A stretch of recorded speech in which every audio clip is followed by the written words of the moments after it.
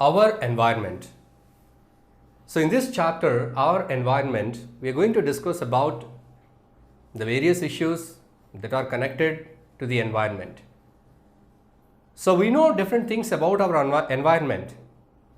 Most importantly, we notice that there are so many changes happening in the environment, so which are affecting our life. We learn about all this in the newspapers. We learn that there are some changes in the environment which are affecting the life of people, which are affecting the life of other organisms, other animals. The diversity is affected. So what is environment? It is a combination of various things. Environment is nothing but your surroundings, which is made up of different things, different components. Your environment consists of physical components. Your environment consists of biological components, biotic components. So all these components are interacting with each other and they have a natural setup, natural cycles called as biogeocycles.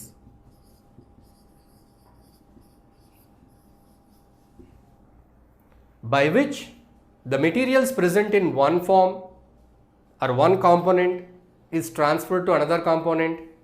Again, it will reach back to the original component. In this way, the minerals are exchanged.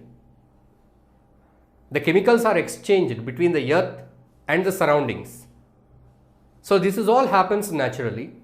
So naturally, there will be some changes in the environment, and naturally the changes or the cycling of materials takes place in a natural process.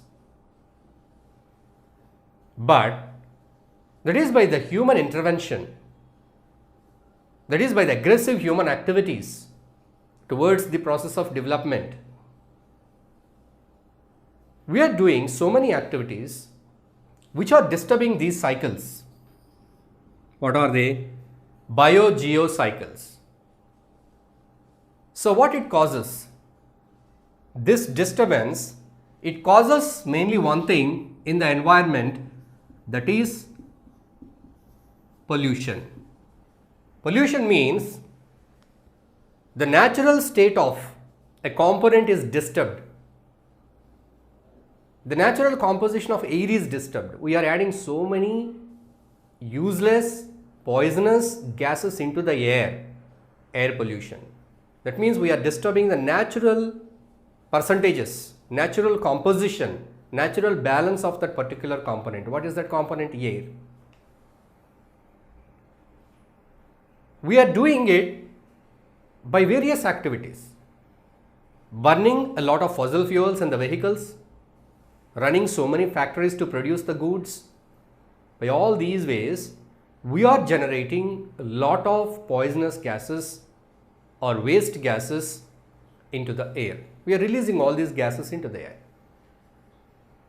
So the air is said to be polluted. When it is said to be polluted, when the unwanted substances are present in it, then the normal levels which it is having, you can call it as it is polluted. So this kind of pollution, disturbance to the environment is being created. So it affects the life of people, it affects the crops, it affects the animals, it affects the human beings' health. Everything is affected by this. And it leads to so many major problems. The pollution leads to global warming. Global warming leads to increase in temperatures. It leads to melting of ice caps, depletion of ozone, high radiation, crop shifting. So many kind of consequences are linked up to this changes in the environment.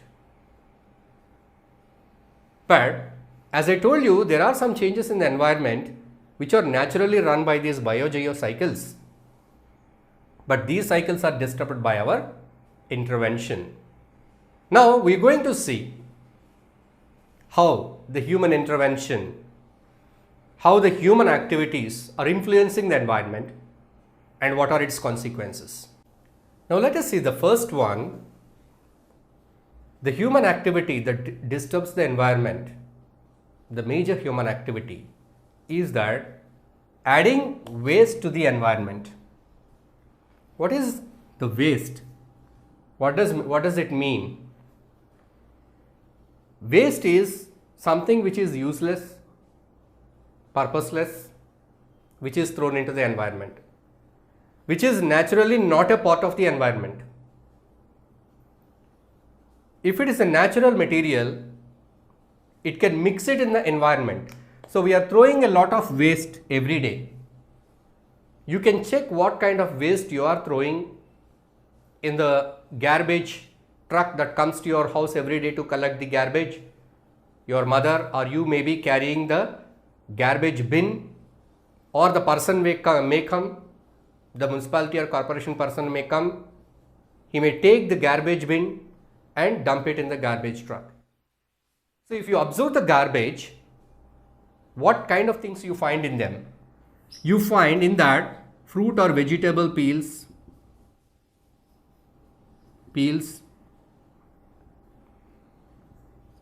and you may find packing material and leftover food and other materials, other waste.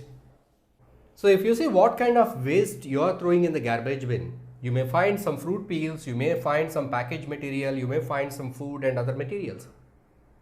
You may find some paper or cloth. But do you think that all these materials, they take part in the biogeocycles? Do you think that all these materials, they mix up with the environment without any problem? No. So the environment may take up certain materials without any problem. Means the environment consists of certain cycles, biogeocycles, biogeochemical cycles, in which certain materials, they mix up in the environment. They may be easily mixed up with the soil. They may be easily mixed up with the air. But sometimes, in some cases, certain materials cannot mix up in the environment. Even though they mix up with the environment, they mix with the soil or they mix with the air, they may cause some problems. See, for example, the packing material. Most of the packing material is comprised of plastic. We see that we carry many of the things in plastic covers. Many of the items are wrapped in plastic covering. So plastic is unavoidable material today. That is either for packing, even to carry the food items also the plastic is being used. So if you wanted to carry some curry or curd or milk, everything is packed in plastic. Even whatever the wrappers you eat, chips you eat, biscuits you eat, chocolates you eat, everything is wrapped in plastic. So all this plastic waste, the packaging material is thrown into the garbage bin, that is thrown into the environment. So what happens to that? Environment is not having the mechanisms to digest each and everything, just like you. So you are there, we are the humans. If we are given an apple, yes,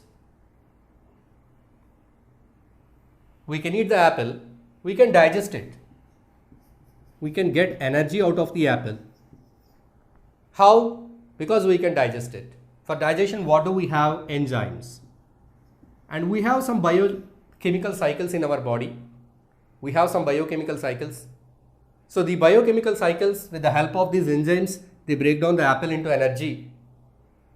So if you take apple, banana, fruits, vegetables, rice, grains, pulses, all these things, definitely you get energy.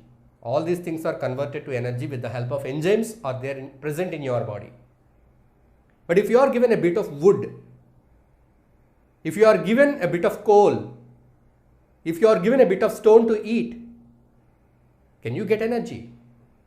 Will your body digest this stone or a small piece of coal or a small piece of wood? Definitely not. Your body cannot digest stone, wood or coal, such materials. If you eat a metal can you digest? No. Because you don't have enzymes to digest that material in your body. Here you may notice one more thing. If a cockroach, it has eaten a small bit of paper, it can digest. It has got the enzymes to digest that paper or leather, but you don't have. In such a way, the environment is not having the facility, it is not having the cycles, biogeochemical cycles to digest everything, to decompose everything, to degrade everything. So degradation is not possible for every material in the environment. Such cases, what happens? They remain in the environment and cause problems. Sometimes, if they are even degraded, the degraded form is also not good for the people. Even though the materials are degraded, they get accumulated in the environment. That means they cannot change from one form to another form easily. For example, they are accumulated in the soil. See, for example, any natural thing, a plant or an animal died. So the dead animal, it decomposes in the soil. The minerals present in the animal are reaching the soil. So once they reach the soil, again from the soil they reach to the air, they reach to the plants. So in this way they are circulated. But certain substances, even though they are degraded, even though they are reached to soil, they cannot enter the air, they cannot enter the other organisms, they get accumulated in a particular place, which leads to pollution. So this is what happens when the waste is added to the environment. Then all the waste is not degraded. Some waste is degraded. Of course, if it is degraded, it may not be able to circulate among the different components of the environment. So it get accumulated and causes pollution. So now let us see what is an ecosystem. You have already studied about ecosystem. Ecosystem is comprised of biotic and abiotic components. So what is ecosystem? It is a part of the environment. Ecosystem is a self-sustainable unit in which an organism can live completely throughout its life, whereas all the biotic and abiotic components of an ecosystem, they interact with each other and they maintain a balance. So if you see such an ecosystem, you find two things: biotic factors and abiotic components. Biotic components and abiotic components. We can call these abiotic components as physical components also. So what are these physical or abiotic? It includes temperature, rainfall, wind, humidity, soil, minerals. These are the abiotic components. What are the biotic components? Plants, animals and microorganisms. You see any ecosystem, it consists of plants, animals and microorganisms. So they interact with each other. If you see an ecosystem, the biotic components, they interact with each other and they even interact with the abiotic components. So there is a lot of interaction and they affect each other. For example, a plant is there. A plant has to grow. For the growth of the plant, energy is required. That is supplied by the sun, temperature, sunlight. Light is also a physical component. So this abiotic factor, that is the sunlight, is affecting the growth of the plant. Rain is important for the growth of plants. So rain is the another physical component that is influencing the growth of plants. So in this way they are interrelated. They are affected by each other. So this is on basing what this ecosystem, it survives. That is, an ecosystem, if you find an ecosystem, in that ecosystem, we will see the interactions between the biotic and abiotic components. But here, we already discussed that if something additional which is not a part of that particular environment is added to that, it leads to pollution. If something is brought between this by human activities, the interactions are disturbed. It affects the life of these organisms. Certain organisms may die. So a tree is an ecosystem. You have an ecosystem, a tree. The farmer, the tree has got so many fruits, the tree has got so many flowers, the tree has got so many birds, it has got squirrels, it has got caterpillars, it has got ants, likewise so many organisms. The farmer who is owning the tree, he don't want any insects on the tree because he thinks that they cause damage to the product, to the produce, to the fruits. So he sprayed some chemical, insecticide on the tree.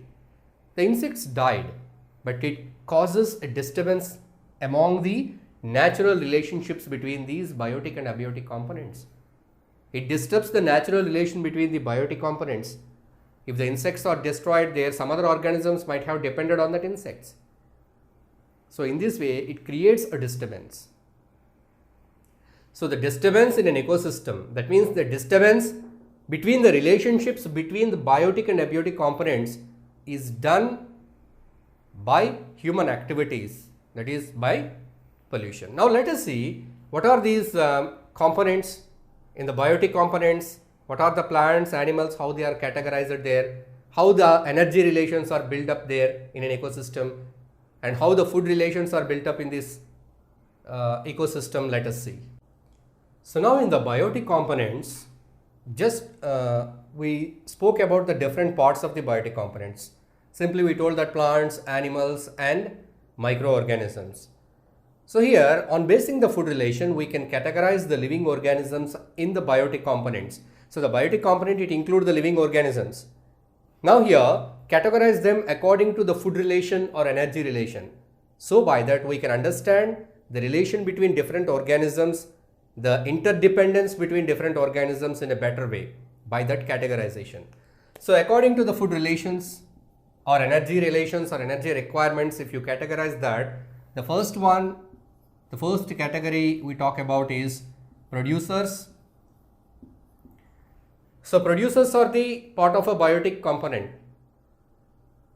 Biotic components means living organisms. In that living organisms, there is a category called as producers, which is a very important and main category. Why we are calling it as a producer? So who is the producer? Who produces? He is a producer. What it produces? What these organisms produce? They produce the food. They produce the food for the other organisms. So food is available in the form of chemicals, chemical form for all of us. If we are talking about humans, we solely depend on chemical energy. We are eating a burger, we are eating a pizza, it is nothing but made up of certain materials like wheat flour, atta, maida, oil. All these are nothing but biochemicals. They are made up of proteins, amino acids, carbohydrates. So those are the biochemicals. So we get energy in the form of food. Food is nothing but a mixture of various chemicals. Chemicals in the sense, not the chemicals in the laboratory jars or tins. These are the chemicals which can provide us energy. So that kind of chemical form of energy is produced by these producers. How they are able to produce that chemical form of energy? How they are able to produce the food? Producers, they give us the food. These producers, they take up the solar energy. They are capable of converting the solar energy into food energy, chemical energy. So that is the great ability of the producers. All the green plants and all the microorganisms which have the green substance chlorophyll, which are able to convert the solar energy into chemical energy, that is glucose, are called producers. You can take blue-green algae. Even though it is not a plant, it is a microorganism, it is a very small organism. Even then it has got green color pigment. Even certain protozoans, they have green color chlorophyll which can prepare their own food. So all these are the producers. That means they fix the solar energy, they fix the solar radiation into energy, which can be consumed by other organisms, that is food. So these are called as producers. So producers are the main base of the ecosystem. They are in very large number. Now let us talk about the second group, consumers. Consumers. If you look into the social studies, who is a consumer? Who consume the product? Who go and buy the product? Who go and get the product? He is a consumer. Who consumes it? Who uses it? He is a consumer. Here, whatever the food is prepared by the producers, a part of the food is consumed by the consumers. We are consuming the food prepared by the producers. You are eating fruits, vegetables, rice and all these that have come from the plants. So plants, they produced the food. Of course, not exactly for you. Plants produced the food for their own purpose, but it is in excess that is used by other organisms. So the energy is transferred from producers to consumers in the form of food.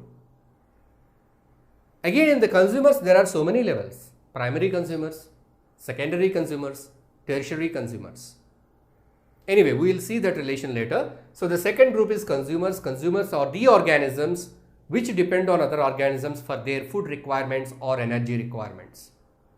Consumers, you can take all animals including humans and many microorganisms, all these are consumers.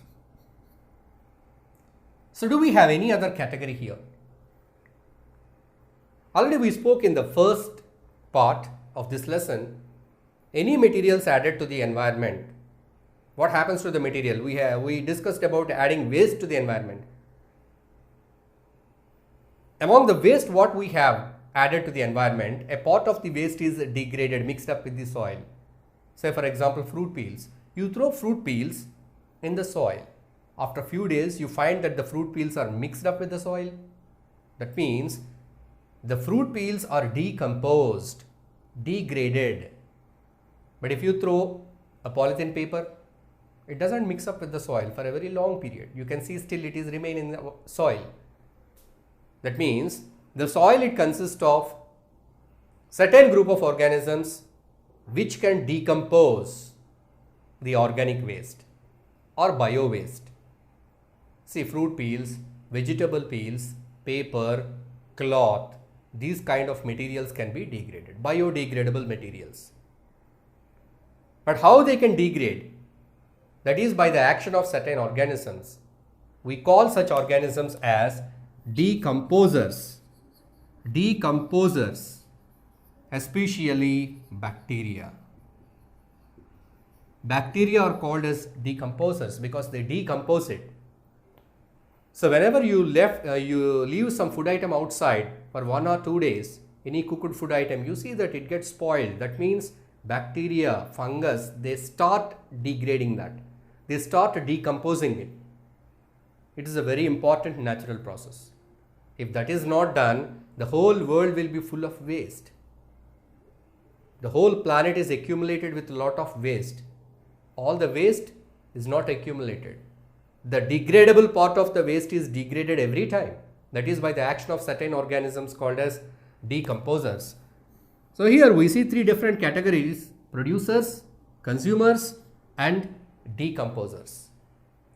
Now let us see the interdependence between these groups or these categories, and let us find the food relations, their part in the environment and their percentage in the environment, and let us see the energy flow between each level, how the energy flows, and which organisms are at the base, which organisms are at the top. Let us see now.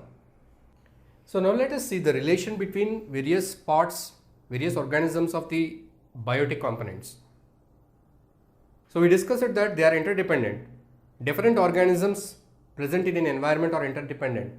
Different organisms present in an ecosystem are interdependent. They depend on each other. For what? They depend on each other mainly for food. So to understand the food relations between various organisms, if you see that there, if you observe the food relations, you find the food relations in the form of food chains or food webs. See, if you make a note of that, which organism is eaten by which organism is eating which organism, or how an organism gets its food, what is the source. If you see these relations, you find the relations that are in the form of a chain, then you call it as a food chain. If the relations are in the form of a web, you call it as a food web. Let us begin with the source of energy, that is sun, solar energy. There is a lot of solar energy, solar radiation. We are not capable of harvesting all the solar energy. So there is no need of electricity. But we don't have that much of technology. The solar technology is still developing, the solar panels and converting the sun energy to other forms energy. But you see the plants, they are capable of converting the solar energy into chemical energy, that is the food energy. So they are called as producers. The green plants are the organisms that have green substance which can prepare food from the sun energy or sunlight, are called as producers. They are called as producers. What do they produce? They produce the food. So they're called as producers. They're also, okay, they produce food. It is a major source of energy for all the next categories. So on the first category, you find the producers. The next one, primary consumers. Primary consumers may be herbivores, not always herbivores. We cannot say that the primary consumers are always herbivores. So primary consumers may be herbivores means which eat only plant part, only depend on plants, are called herbivores. So the primary consumer, it depends on the producer. The sun energy, how much of energy is converted to food, how much amount of energy can be harvested by these producers, only 1%. 1% of solar energy is taken by the producers.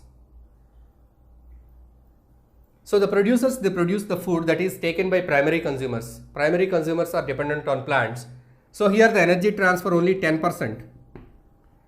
10% of energy is transferred into this. There is a lot of wastage. We'll see what are the factors that contribute to that wastage. So the primary consumers are eaten by the secondary consumers. Secondary consumers, a bird. Here you can see the primary consumer, an insect, it eats the grains of the plant. Primary consumer. You can see the secondary consumer, a bird. Bird is the secondary consumer. So this bird may be eaten by a fox. Fox, tertiary consumer.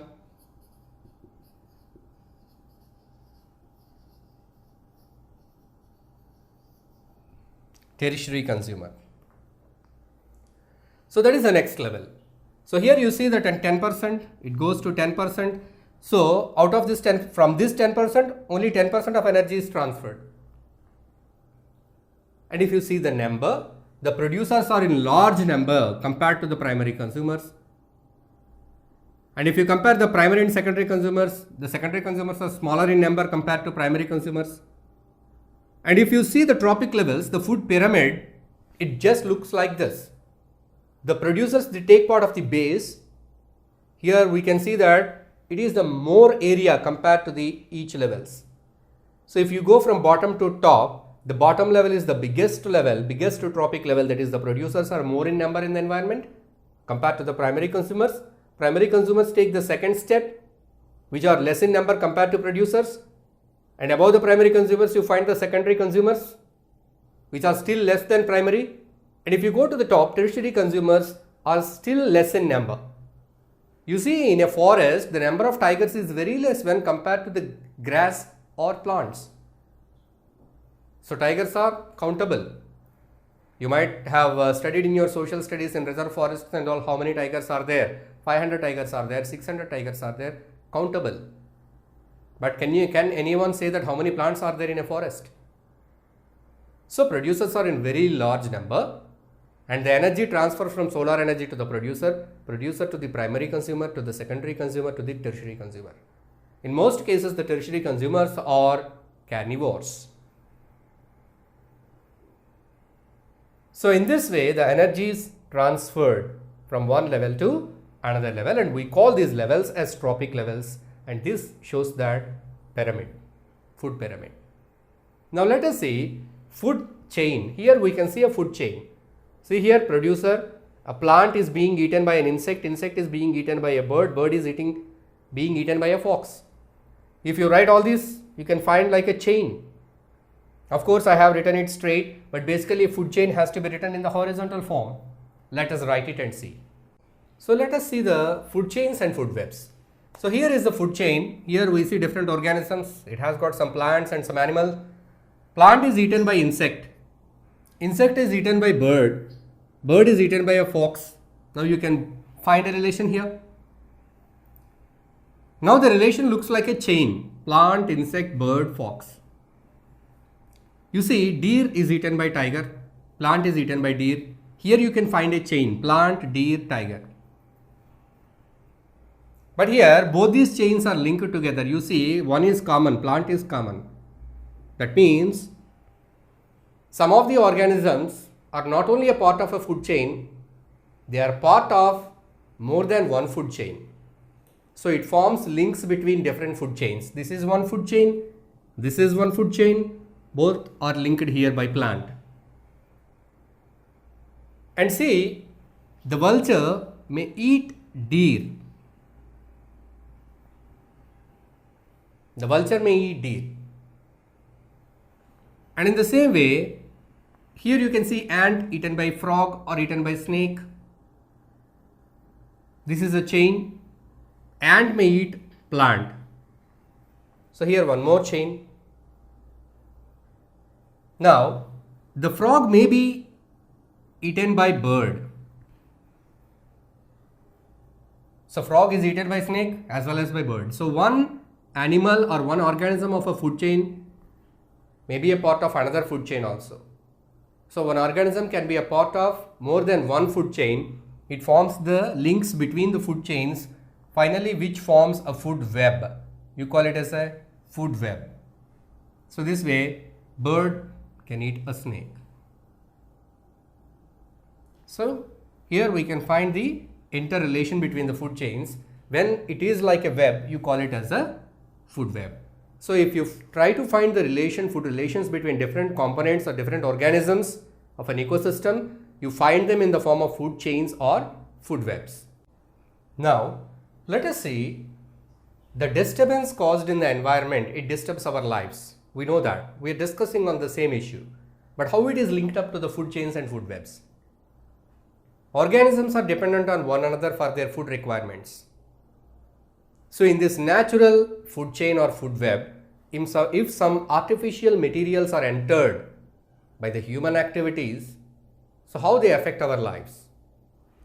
Here you see one concept called as biological magnification. What is this biological magnification? Accumulation of harmful chemicals in the bodies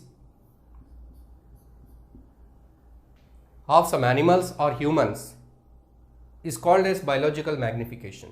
Harmful chemicals are accumulated. Harmful chemicals. All the food that we eat is chemicals, nothing but nutrients are nothing but chemicals, but they are not accumulated. You are getting the nutrients, you are eating chicken, you are eating fish, or you are a vegetarian, you are eating fruit, you are eating grains. So the materials present in them are absorbed by your body. Some of them are digested, which are not digested are excreted. So the digested nutrients are utilized by your body, waste is excreted out.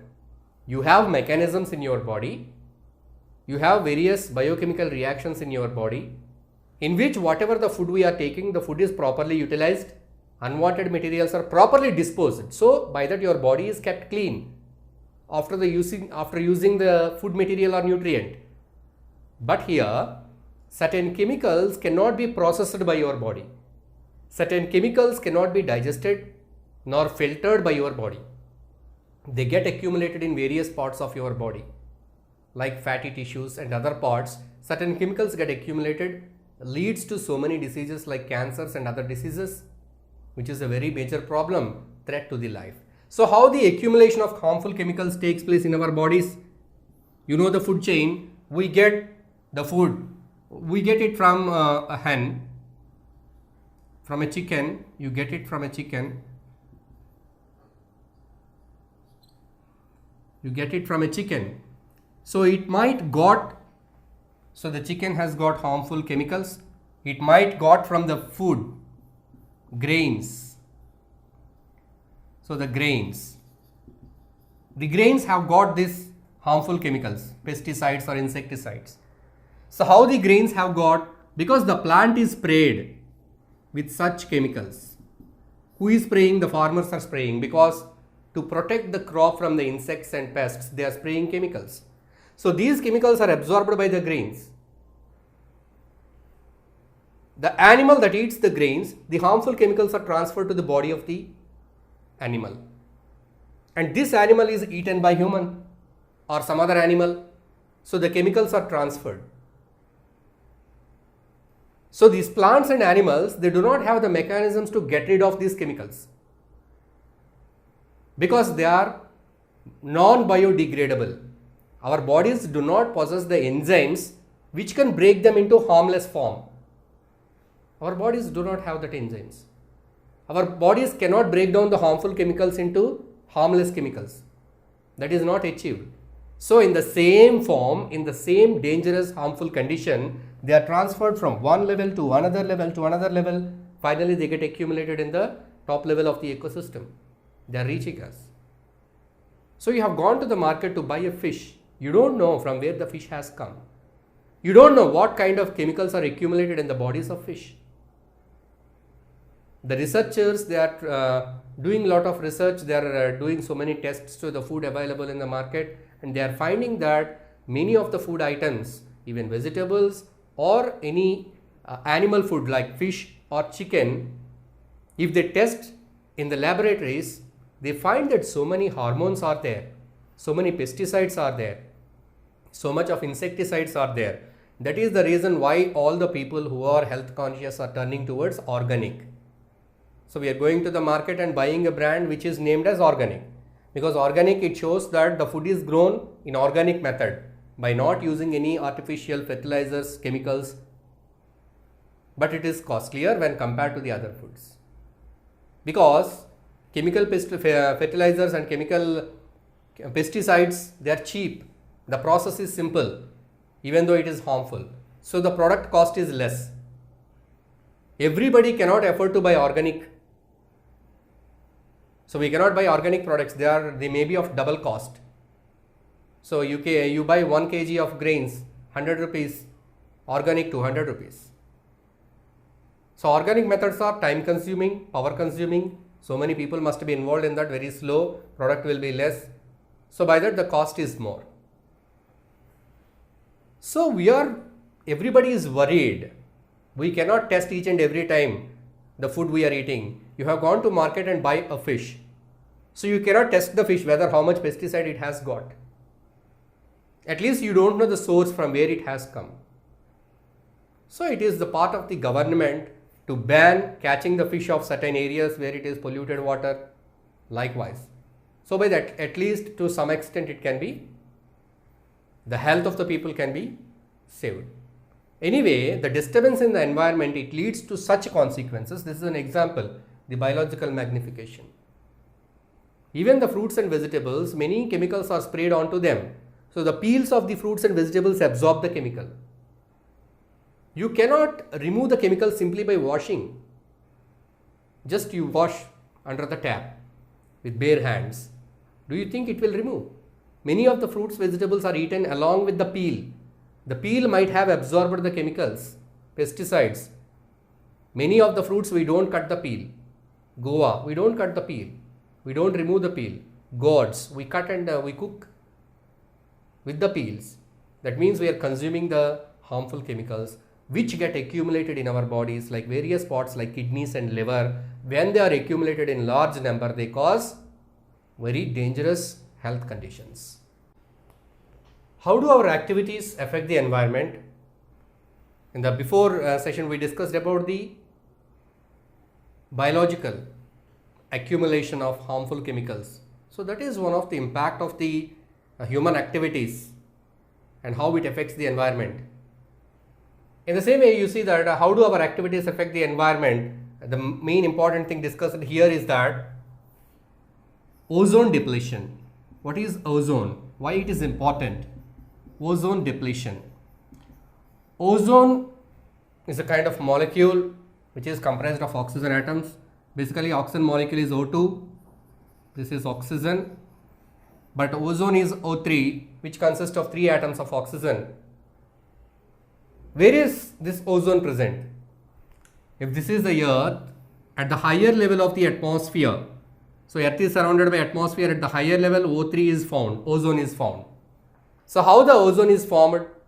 Ozone is formed by the ultraviolet radiation.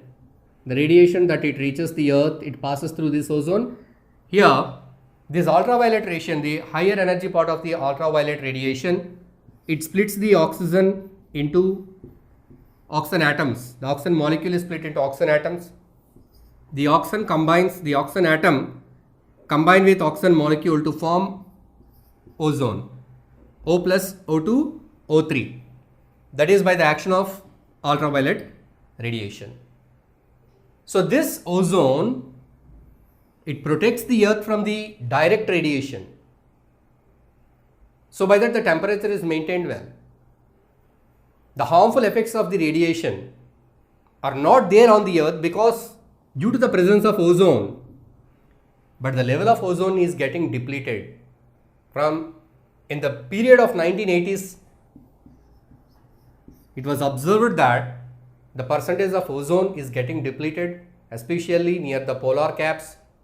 So by that the radiation is directly entering the Earth's atmosphere, which is very dangerous and harmful. And it was noticed that this is happening, the depletion of ozone is happening because of certain chemicals called CFCs, chlorofluorocarbons.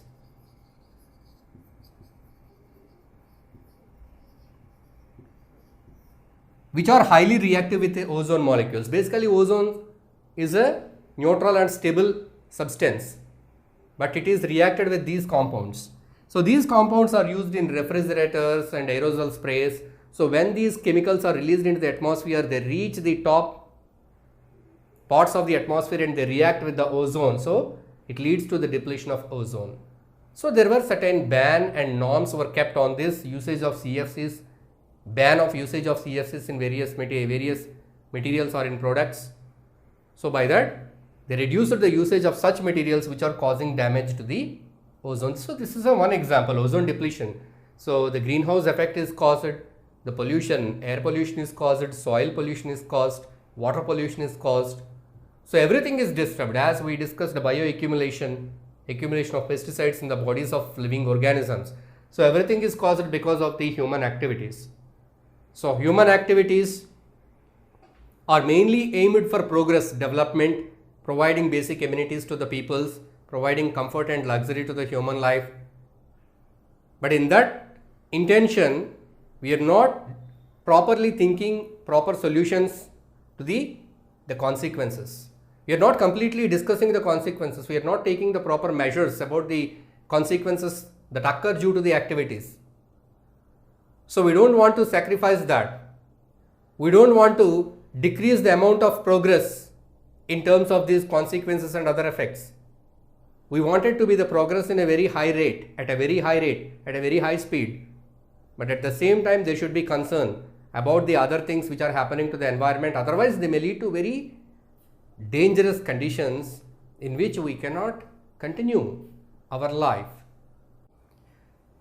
So let us see this garbage that is produced at each and every house, that is dumped in the outskirts of cities. So this garbage is accumulated like piles, heaps, just like mountains. But how many days we do that? Every day tons and tons of waste is generated in the cities. It is dumped at some place. But is it a permanent solution? How it is going to affect the environment? So it is not the permanent solution of just dumping the waste at one particular point. There should be proper management of waste disposal. Waste can be segregated into degradable, non-biodegradable. Non-biodegradable waste also, certain part of it can be recycled. So recycling has to be done. First, grading has to be done. Grading. In certain cases, in some places, the grading is done primarily at the point of source. Where is that source point? Homes, domestic. In the house itself, you can put the degradable waste in one bin, non-biodegradable waste in another bin. So by that, the non-biodegradable waste, it can be sent for recycling. The biodegradable waste, it can be dumped. So by that, it will be degraded. If it is done in a proper way, the effect of the waste will be less. Otherwise, it leads to so many dangerous problems, and after a long period, rectification is not possible. Even though the government spends thousands and thousands of crores of rupees, it is not possible. Today we see in the newspapers, the government has spent this many crores in purifying the water in Hussain Sagar. We see that the government has got a plan with this many thousands of crores to purify river Ganga. So why we are spending this many thousands of crores in purifying after polluting it? Why we are not aware at that point where we should not pollute it? So nobody is aware of that. So nobody is interested in doing that. Of course, the people are aware. If we do so, the water will be polluted, but they don't have any interest. They don't have any benefit in doing so. So see, even now, by spending hundreds or thousands of crores of rupees, if it is a manual work, you cannot completely purify a water body. It will take years and years of time, crores and crores of rupees of investment. You could use the money for some other purposes, welfare of the people. So everybody must be having a sense about the environment, so that intentionally we should not disturb the environment, because rectification process is a very difficult, time taking, long run, may be successful, may not be successful, but its effects will be very dangerous if once such kind of consequences arise. It will be very painful to the mankind, to the people, those who are living in the environment.